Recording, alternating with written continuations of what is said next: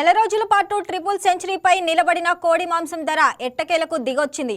దాదాపు 10 రోజులుగా ఈ ధర తగ్గుముఖం పడుతుండటంతో వినియోగదారులకు ఊరటనిస్తుంది. చేపలు, మటన్ కంటే చికెన్ వినియోగమే అధికంగా ఉంటుంది.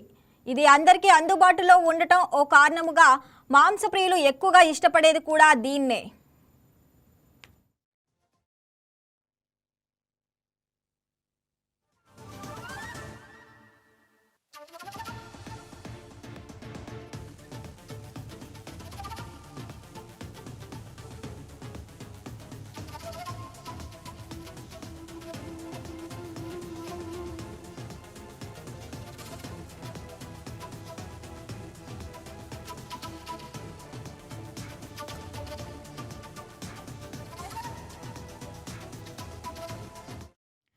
పౌల్ట్రీల ద్వారా లక్షల సంఖ్యలో కోళ్లు ఉత్పత్తి అవుతుండగా సీజన్ ఉత్పత్తి మాంసం డిమాండ్ ఆధారంగా దీని ధరల్లో హెచ్చుతగ్గులుంటాయి.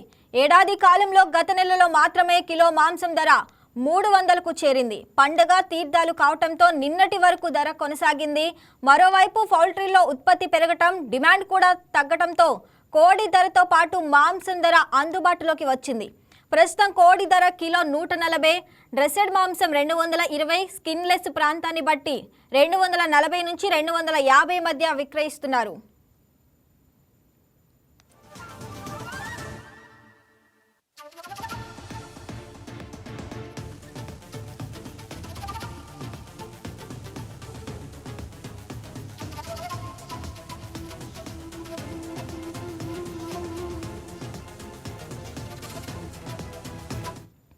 నిత్యం హోటల్కు ప్రత్యేక డిమాండ్ ఉంటుంది. ఇక రోజువారీ ఇళ్లలో వినియోగంతో పాటు వేడుకలు, పండగల వేళ వీటి విక్రయాలు భారీగా ఉంటాయి.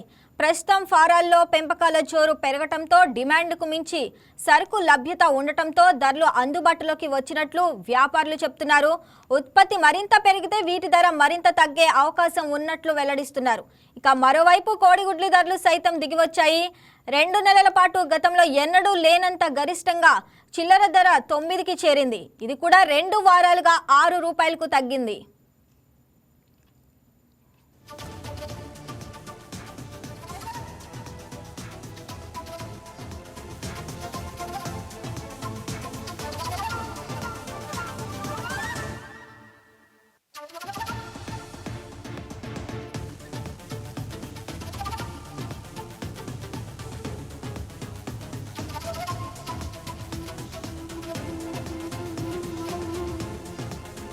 Please subscribe to YK TV Network. Please subscribe to YK TV. Please watch YK News.